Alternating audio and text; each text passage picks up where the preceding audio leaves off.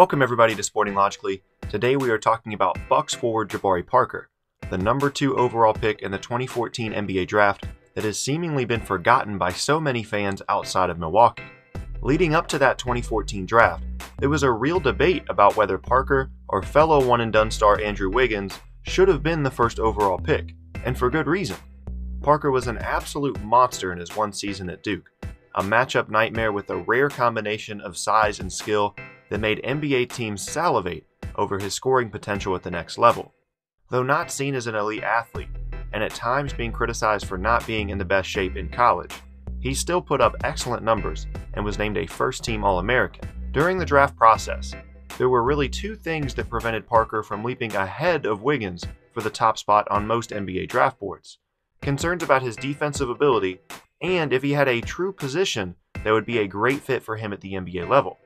Now, while the defensive concerns were legitimate, the positional argument seems strange now. But remember, the NBA was drastically different when Parker was drafted back in 2014 than it is now. That 14-15 season, Parker's rookie year, was when the Golden State Warriors and their small ball lineups first started to sweep across the league. So the fact that Parker didn't seem to have one true position was seen as a negative at the time. But in a day and age in which positions are becoming much less important, and fluidity is now the name of the game, Parker's ''ability to play multiple positions is seen as a real asset in today's NBA. Despite these concerns at the time, there was still a lot of excitement around the league for the 6'8" freshman phenom from Duke. Unfortunately for Parker, however, he just can't seem to stay on the floor. He has battled various injuries, including tearing his ACL twice, and has only managed to play in 152 games in his first 3 seasons in the league, an average of just over 50 games per season. Through his first 101 games, or 2 seasons in the league, Parker showed the struggles you would expect from a young player battling through the rust of constant injuries to begin his career, with the biggest concern being his low rebounding and 3-point shooting percentage numbers. To truly reach his peak as an effective NBA scorer, he needed to add the threat of a consistent 3-point shot to supplement the rest of his scoring arsenal as he did at Duke.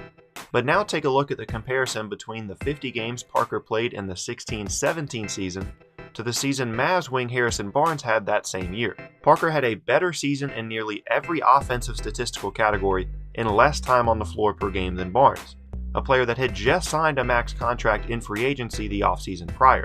Now, I understand that the expectation for Parker was much higher than just being a slightly better offensive version of Harrison Barnes. So I only use this comparison to show how good he was that season, but also to show how much Parker still has left to offer.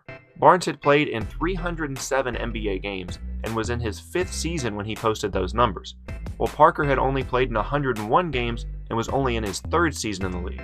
Had he played in 7 more games and qualified for the scoring leaderboards that season, Parker would have been one of only 31 other players to average more than 20 points per game, with Devin Booker and Karl Anthony Towns being the only 2 players younger than him to have scored 20+ points per game that season. Unfortunately, he was held short of qualifying for those leaderboards as a result of yet another torn ACL in February of 2017, depriving the often injury-plagued Bucks of their 2nd most talented player. Fortunately for this year's Bucks, with the year-long rehab process nearly completed, all signs point to seeing Parker return to the court within the next few weeks, or at the very least soon after the All-Star break. Just to be clear, I don't expect Parker to return to his borderline All-Star level form this season, considering that the Bucks will be extremely cautious in easing him back into action in his return from his 2nd season-ending knee injury. But with a full offseason to shake off the rust, I see Parker as a potential dark horse All-Star candidate for the 18-19 season. If he can put it all together, his improved 3-point shooting ability, getting himself into great shape, the ability to use his size and skill to get to the free throw line, I don't see anything else in his game offensively that would stand in between him and stardom. He still has strides to make defensively, but that side of the floor has long been ignored when considering the place in the league hierarchy for talented scorers. And when you think about this Bucks team, they're going to need everything he has to offer.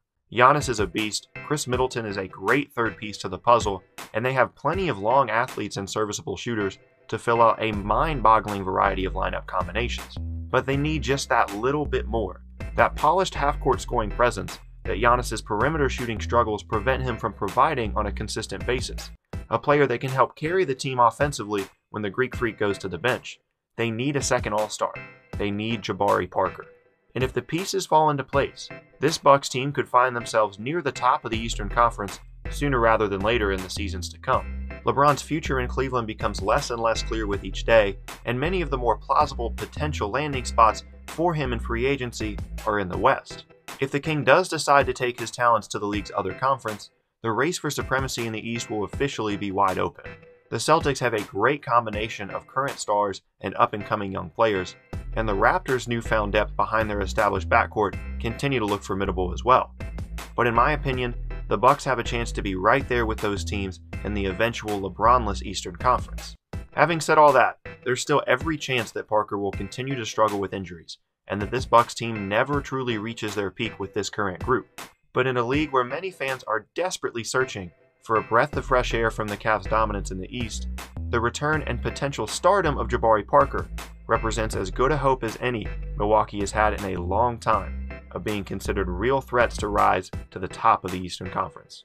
That is all the time I have for today, guys. Thank you so much for watching. If you liked the video, please be sure to leave a like rating down below. And if you'd like to see more videos just like this, please be sure to subscribe as well.